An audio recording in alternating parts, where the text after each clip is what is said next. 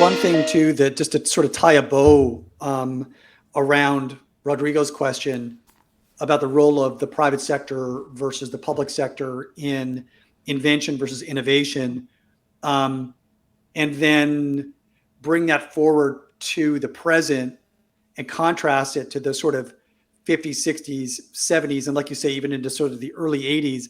Coming into the 50s, 60s, 70s, and early 80s, there was still a very high trust in institutions, right? And certainly in the Right. earlier decades of that period, there was a very high trust and belief in the government's ability to effectively allocate resources. And then I think the boomers sort of came along with Reagan and Thatcher and supply side economics, and Friedman, and we sort of abandoned this belief that the government could effectively allocate capital on behalf of the citizens. And with that lack of faith, then there was just a consistent decline in the amount of funding that government was granted in their ability to like fund stuff like DARPA or fund primary research. You know, you saw NASA sort of fade into the background and all of those major scientific institutions, right?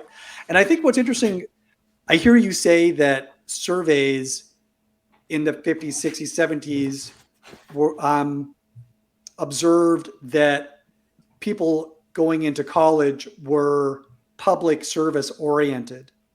But I think that they had a high conviction and confidence in the state and the state's institutions and government.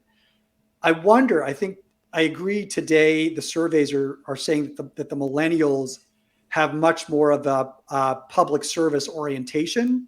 So there's an overlap there with where people were thinking in the 40s, 50s, and 60s.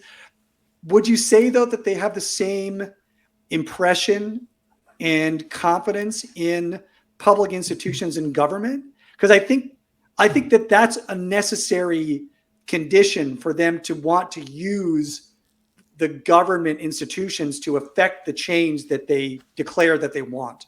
Totally. If you think about it, from call it mid 40s until late 60s, there was a great deal of trust in what the government will do. Then there was a period of turbulence from late 60s to call it early 80s, where people didn't really know what to do and how to move, how much to trust, what is the right societal consensus, what should be the role of individual freedom versus societal freedom. People tend to forget that 1950s and bulk of 60s were not liberal era at all. Most people accepted a great deal of restrictions on what they can or they cannot do as a trade-off against the government acting on their behalf, against the growth rates, middle class creation, creation of suburbs, interstate highways, GI Bill, educational services, and the rest of it. Now, all of that broken apart in late 60s. And from late 60s to early 80s, there was a chaos. Now, people still wanted to believe the government, but there was a chaos. There was no societal consensus. Now, that's Nixon, Vietnam, the right. hippies, Woodstock. That's right. Those societal consensus emerged in early 80s. And that you're absolutely right. Baby boomers brought on their shoulders Ronald Reagan, Ronald Coase, Margaret Thatcher, Milton Friedman, and the rest of them. And that consensus, which private sector knows the best, public sector is inefficient and should be constrained on what public sector does. Private sector solutions are always superior to anything that public sector does. That consensus was pretty strong all the way through 80s, 90s. One could argue pretty much almost to GFC, which is called 2007, 2008. Now, then that consensus disappeared. And so we now had maybe a decade, maybe 12 years of chaos. That society does not agree what consensus should be. But did it disappear though? I just want to push back on that, because my observation of what happened in 07, 08 was that it's not that there was a shift in a political consensus away from the private sector and towards the public sector, but rather almost there was an acceleration of the view that the private sector is the only path to take us out of the turbulence that we observed in 2008. It's the role of government to subsidize the private sector's ability to Yes, absolutely. increase. So No, I think this is an absolutely, important distinction. absolutely, and that's why it takes years. Remember that in 1968, Richard Nixon used to talk about silent majority, right? Now, clearly, in 1968, there was a lot of anxiety in the society. There were very large sections of society that did not agree with what US, or for that matter in other countries. 1968, 69 was a fire all over the place, from Paris to London to Germany to Brazil to everywhere.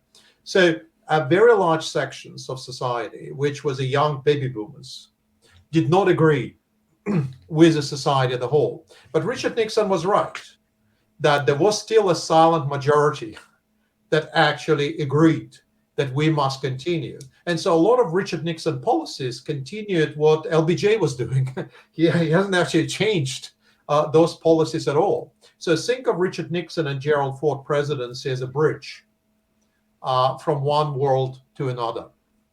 And what happened in 07, 08 is that it was such a shock to the system that increasingly millennials were convinced that, look, something needs to change.